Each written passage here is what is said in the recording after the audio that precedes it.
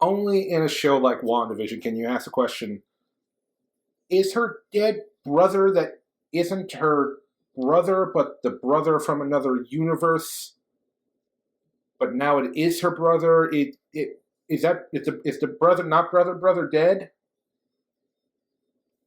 Here we go.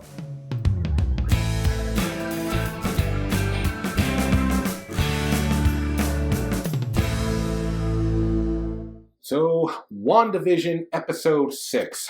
Just like the past few episodes, we're getting more information, but at the same time, we're getting more questions, or at least a few more questions. So, let's go through things. Last episode, we brought in Quicksilver, aka Pietro Maximoff, Wanda's brother. Now, as we all know, unless you're not an MCU fan and WandaVision is your introduction to the MCU, which you picked a hell of a time to join in, but hey, it's a good show, so whatever. Quicksilver was killed in Avengers Age of Ultron. And in that movie, he was played by a different actor. We have Evan Peters playing Quicksilver in WandaVision right now, who was the Quicksilver in the X-Men movies, because Quicksilver and Scarlet Witch are in the kind of like a weird gray space where they were X-Men at one point, and while they're X-Men characters, I'm sure they joined the team at various points because that team changes up all the time. But anyway, they're part of the X-Men universe, they're part of the Avengers, so the two movie studios could have the same characters in different movies, just played by different actors. But anyway, we have the X-Men universe Quicksilver, but he seems to have the memories of the MCU Quicksilver that we know. He knows that Wanda is his sister. He knows that together they fought Ultron alongside the Avengers. So he has the memories. In fact, he says the last thing he remembers is getting shot, and then the next thing after that is waking up in this world. And this brings up, just like, okay, so I brought this up, I'm pretty sure I brought this up in the last video, like, what does this mean? Is Wanda extracting people from different universes, or is it just because since this episode and the previous episode were in the 80s and 90s, we're just getting the Evan Peters Quicksilver because, well, we had an X-Men movie that took place in the 80s and 90s, and he was in both films. That would make sense for this sitcom-type world, but, does that mean the X-Men movies exist in the MCU and they just haven't had characters of the same name? That doesn't seem to make much sense to me, but not that I'm disappointed to see Evan Peters. He's a good actor and he's really fun in the role. But anyway, so they're in the 90s in this episode, 90s style sitcom. Very Malcolm in the Middle. Me and my friends who were watching it, we definitely got Malcolm in the Middle vibes from it, with the kids kind of narrating straight to the audience in a kind of vlog type style, or however you want to say it. But yeah, so we got him. He's playing the chaotic but fun uncle type in this episode, and he does have his superpowers. We see almost immediately like him zipping around at super speed, and playing fun uncle to the kids. And it's Halloween, so we get to see him dress up, and he dresses up in like his classic comic book kind of costume, but like a real we went down to the thrift shop and put this all together. Wanda is also in her classic Marvel style costume, but she's saying this is like what Sokovian fortune tellers dressed up like. Okay, and we also have Vision in a costume that's similar to his classic, but he's apparently saying that he is a luchador, which doesn't make any sense because, correct me if I'm wrong, but luchadors wear masks, and he's not wearing a mask. He just looks like he painted his face red. So, like the rest of it, I can kind of buy a luchador kind of thing, once again, store style, but anyway, whatever. So, point is, it's Halloween night. Vision is doing the neighborhood watch, so he's not going off to do, trick-or-treating with the boys. But it's okay because we got Uncle Peter here to take the spot. So, Wanda and him, they go out trick-or-treating with the boys, and once again, he's talking to Wanda. He's letting her know, yeah, I'm aware that this isn't a real world, but he's not coming at her like the way Vision did in the last episode, being confrontational, being like, tell me what's going on. I don't know what's real anymore. He's just okay with it. He's having a good time. He's alive, and he's just kind of being there for his sister, which is interesting that just in the last episode when Vision was confronting her, now this new character comes in who's kind of the counterbalance to Vision, where he's more supportive than Vision is. But anyway, let's pop out to outside the Hex with Monica, Darcy, and Agent Wu. So when they're finally confronting the director of S.W.O.R.D., because once again, he tried to kill Wanda, without telling them, and he used them to try to, shoot Wanda with a damn missile. And they just had it up and they call him out on his BS. And, well, he doesn't like that, so he has them removed from the base. But thankfully, they're able to overpower the guards and stay on base because they want to know what the director of S.W.O.R.D. is hiding from them. With Darcy's help, they hack into the S.W.O.R.D. computer base and they're trying to figure out what's going on. And they learned a few things. One, Monica shouldn't go back into the Hex. Reason being is because she's been through the field twice, once in, once out. It has fundamentally changed her body on the cellular and molecular level. So if she goes through it again, there's no telling what could happen. Though if you know Monica's character from the comic books, you have a pretty good idea of probably what's going to happen if she goes through the Hex again. But anyway, so yeah, they got that going on, and they're trying to figure out what to do next. Monica apparently has a friend that can help them get back inside the Hex, and so her and Agent Wu go to check that guy out. But Darcy stays behind because she realizes there are more files involved in the situation that S.W.O.R.D. has. So she's got to dig deep and find out what else is being kept from them. Meanwhile, back in the Hex, it turns out that Vision lied about having neighborhood watch duties this night, and he's just out exploring and investigating because he hasn't given up on figuring out what's going on, why is Wanda keeping stuff from him.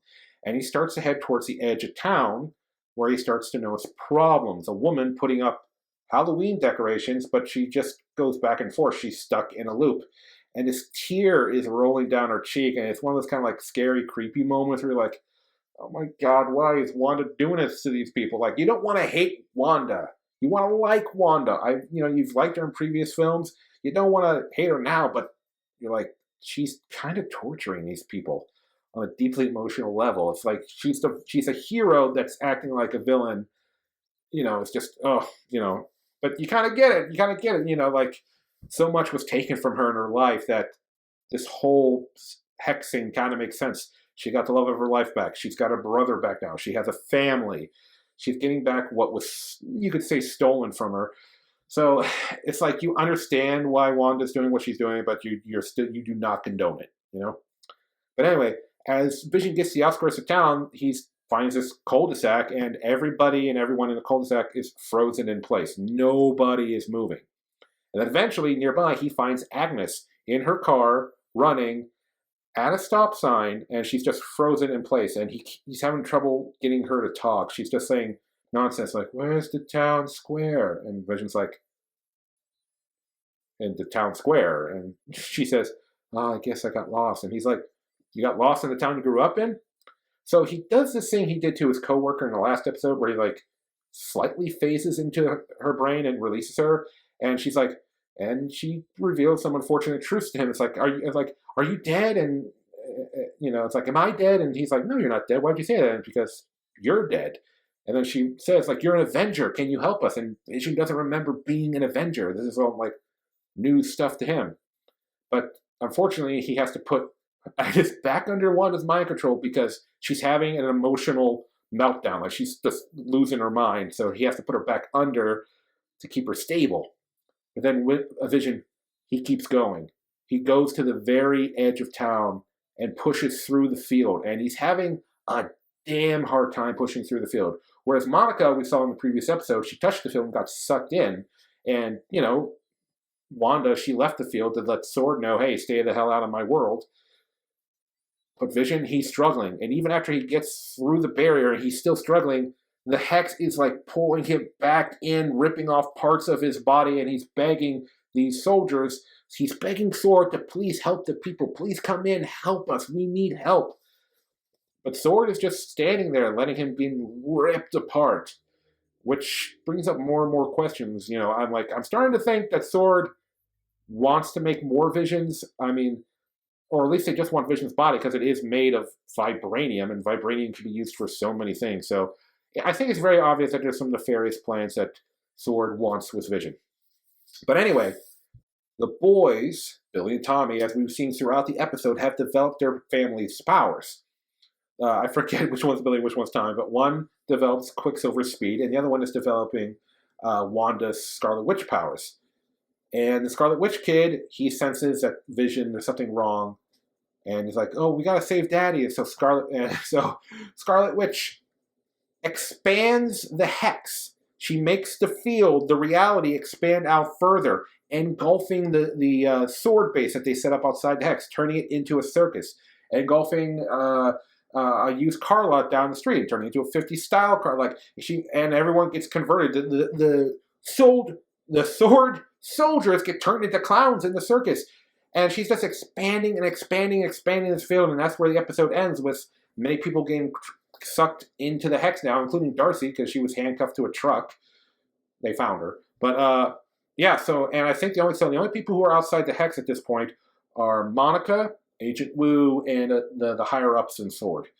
So, yeah, this is even more interesting now, because we knew that Wanda possibly, it's still in question whether or not she made the hex. We know she's in control of it. Whether or not she made it, because she never displayed that power before, that's still in question. So we know that she can maintain the hex, she can control people within it, and she can make people leave.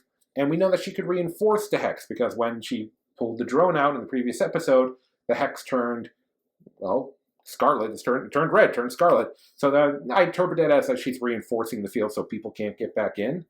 And now we know that she can expand the field. But I don't know if she can maintain control, because I think that was what was going on with the people as you got to the further ends of the hex. The people that were frozen, or the woman who was in the loop. I think the further you get away from the center of town, the less control Wanda has. And instead of controlling people and making them do what she wants, she just has to freeze them. And so that makes me question, now that she's expanded the hex, will she have even less control? Because she's expanded her field, she's exerting her powers more. And I do think that's what's going to happen, because in one of the commercials or trailers for the show, we do see this moment that seems like in a further episode where bits of her house are like flickering in and out. And I think that's what this is leading to. I think it's like Wanda pushing her powers to their current limits. I mean, we now know that her powers are far farther reaching than we ever thought before, but that doesn't, maybe she's starting to reach beyond her abilities. So yeah, I think we're going to see in future episodes, I mean, because that's basically what's kind of been going on. Wanda's losing control more and more. Monica had a moment where she came out of it. We've seen Agnes have moments where she's come out of it. And we've seen Vision now fully aware that this is a false reality and he has no memory of his past. I think the more things are going on, the more Wanda is losing control, and the expansion of this field will further lessen her control. So, what did I think this episode? Still pretty cool, still pretty good. It was a lot of fun having Quicksilver in this episode. I think I would say the last episode I enjoyed just a little bit more, because it was just so cathartic to see Vision confront Wanda. And of course, the surprise of Quicksilver showing up was like, holy crap. But yeah, still a really good episode. I enjoyed it. And I'm still interested to see where things go, whether or not Wanda will just give up and release control. Who's this friend that Monica Rambeau has that's going to help them get into the Hex? And where other things are going to lead. I'm interested to see what Darcy's going to be like inside the world of the Hex. Will she be a neighbor of Wanda and Vision's? What's going to go there? But yeah, we're going to push forward and see where things go. And yeah, I'm excited. I'm really excited to see how things are going to turn out in WandaVision. All right, everybody, that's it for this episode. If you have your own ideas about what's going on in WandaVision, or just what you want to say, whether you like it or not, hate it, whatever, love, let me know down in the comments. And if you can do me a solid, click that subscribe button. It helps me out and helps you to know when new episodes are coming out. But anyway, guys, take it easy.